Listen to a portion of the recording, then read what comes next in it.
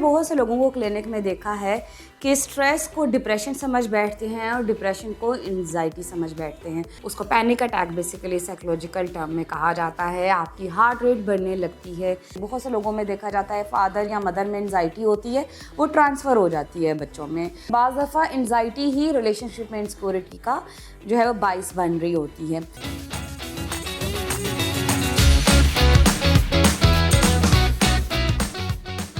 जी अस्सलाम वालेकुम, मेरा नाम ताहिरा मालिक है और मैं क्लिनिकल साइकोलॉजिस्ट हूँ। एज अ रिलेशनशिप काउंसलर मैं DHA फेज़ 4 में क्लिनिक रन कर रही हूँ।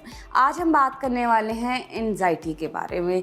एंजाइटी एक ऐसा टॉपिक है जिसके साथ आप जो है वो काफ़ी ज़्यादा रिलेट कर पाएंगे और यहीं पे इस रिलेशन के साथ साथ आप रिलेटेबल कंडीशन के साथ शायद आपको आज की वीडियो ये ज़रूर जो है वो एजुकेट कर जाए कि जिसको आप स्ट्रेस को एंजाइटी समझ रहे हैं या आप डिप्रेशन को एंजाइटी तो नहीं कहीं समझ बैठे हैं।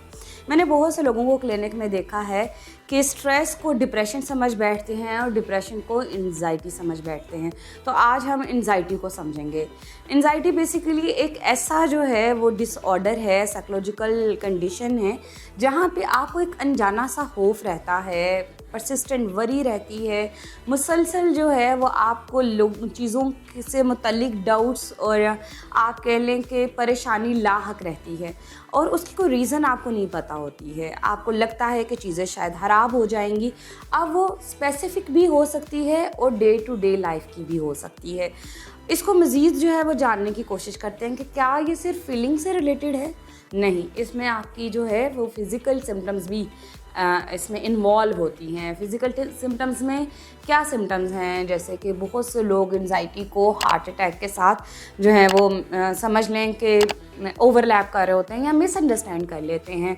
उसको panic attack basically psychological term में कहा जाता है। आपकी हार्ट रेट बढ़ने लगती है, आपको लेफ़्ट साइड पे जो है वो पेन फील होता है, आपको लगता है कि I am near to die, मुझे सांस नहीं आ रहा, शॉर्टनेस ऑफ ब्रेथ होती है, हार्ट बीट आपकी काफ़ी ज़्यादा जो है वो हाई हो जाती है। डॉक्टर के पास जब जाते हैं तो ECG क्लियर आ रही होती है।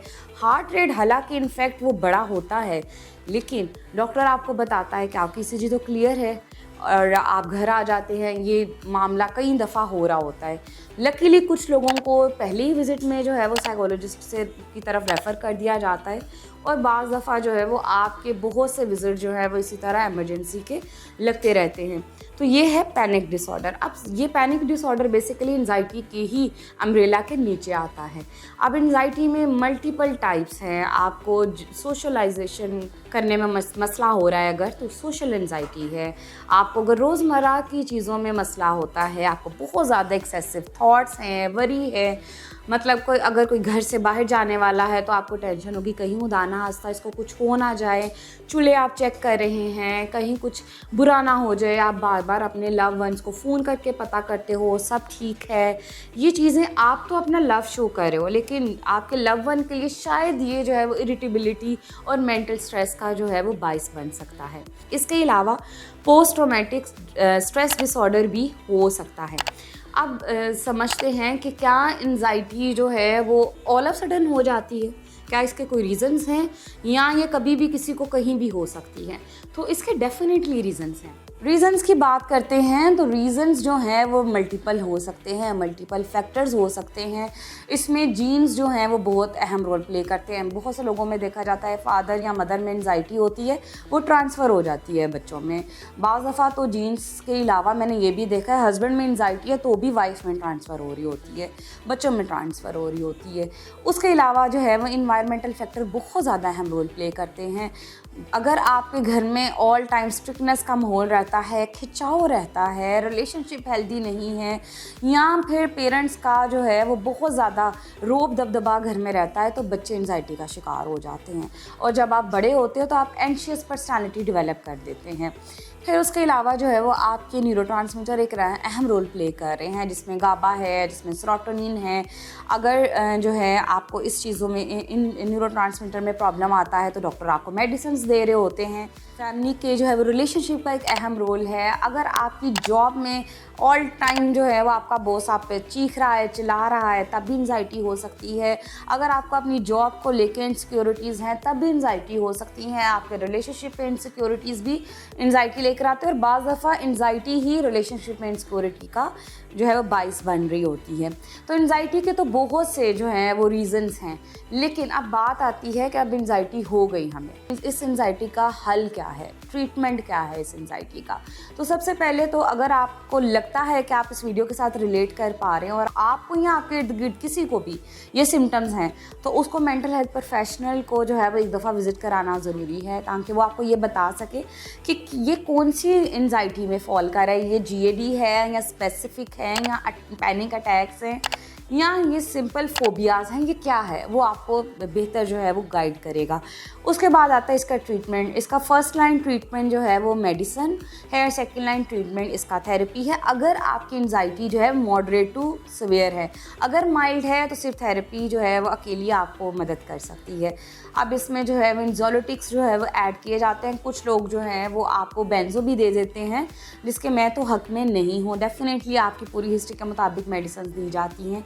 अब आती है बात कि घर में हम इसको ट्रीट कैसे कर सकते हैं। देखिए, एंजाइटी जो है वो एक ऐसी चीज़ है जो आपकी पर्सनालिटी का हिस्सा बन चुकी होती है, आपके रवैये का हिस्सा बन चुकी होती है और आपको लगता ही नहीं है, पता ही नहीं चल रहा होता कि मैं वरी कर रहा हूँ या मैं दूसरों को, माहौल को टेंस कर रहा हूँ अपने रवैयों से, अपनी बातों से, अपनी इंस्टेंट और परसिस्टेंट वरी से। इसको ठीक करने के लिए सबसे पहले तो आपको ये देखना है कि आपको ट्रिगर क्या करती हैं चीज़ें। ट्रिगर जब तक पता नहीं चलेंगे आप इसका हल नहीं निकाल सकते। उसके लिए आप ट्रिगर की लिस्ट बना लेते हो। लिस्ट बनाने के बाद आप सबसे छोटा चैलेंज जो है उसको पिक करोगे। गलती क्या करते हैं, हम एक बड़े चैलेंज को जो है वो पिक कर लेते हैं। बड़े चैलेंज में बड़ी जो है वो एफ़र्ट लगती है और बड़ी एफ़र्ट जब लगती है तो आपका फेयर भी उतना बड़ा हो जाता है।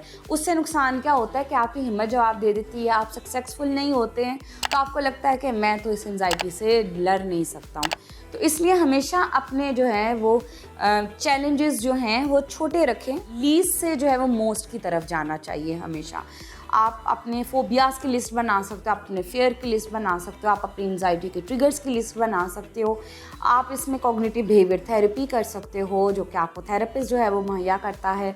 मूड डायरी को मेंटेन कर सकते हो। पानी की मिकदार जो है बड़ी ज़रूरी है। योगा और मेडिटेशन बहुत ज़रूरी है। डीप ब्रीदिंग एक्सरसाइजेज जो हैं वो इसमें एक अहम रोल प्ले करती हैं।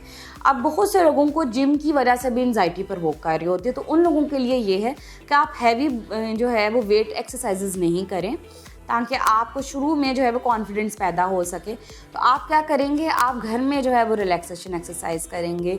आप डीप ब्रीदिंग भी कर सकते हैं। आप इसका अपग्रेड वर्जन जो है वो आता है कि 16 मसल रिलैक्सेशन एक्सरसाइज। नेट पे आप सर्च करोगे आपको इजीली मिल जाएगी, आप वो भी कर सकते हैं।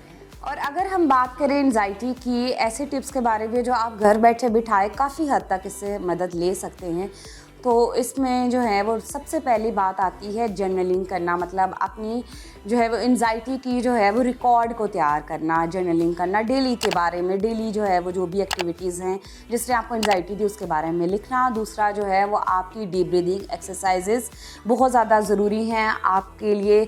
माइंडफुलनेस बहुत ज़रूरी है। चौथा जो है वो आपका अपनी फैमिली के साथ बातचीत करना और कोई एक ऐसा इंसान अपनी ज़िंदगी में ढूंढना जो आपका एक अच्छा लिसनर हो और नॉन जजमेंटल लिसनर हो। अपने ट्रिगर्स का जो है वो लेवल को देखना कि क्या कौन सा ट्रिगर किस लेवल पे मेरी बॉडी में जो है वो फिज़िकल चेंज लेकर आता है। ये सारी चीज़ें अगर आप करेंगे और पानी की मिकदार ज़्यादा करेंगे, योगा करेंगे, मेडिटेशन करेंगे, तो यकीन माने आपको बहुत बहुत ज़्यादा जो है वो फ़ायदा मिलेगा। उम्मीद है आप लोगों को वीडियो अच्छी लगी होगी, और अगर अच्छी लगी है तो वीडियो को लाइक करना, शेयर करना और कमेंट करना मत भूलिएगा। और चैनल को भी सब्सक्राइब कीजिएगा ताकि आपके पास जो है वो हर नई आने वाली वीडियो आप तक पहुंच सके। इंशाल्लाह नेक्स्ट वीडियो के साथ, नए टॉपिक के साथ आपके पास आएंगे अल्लाह ने के बाद।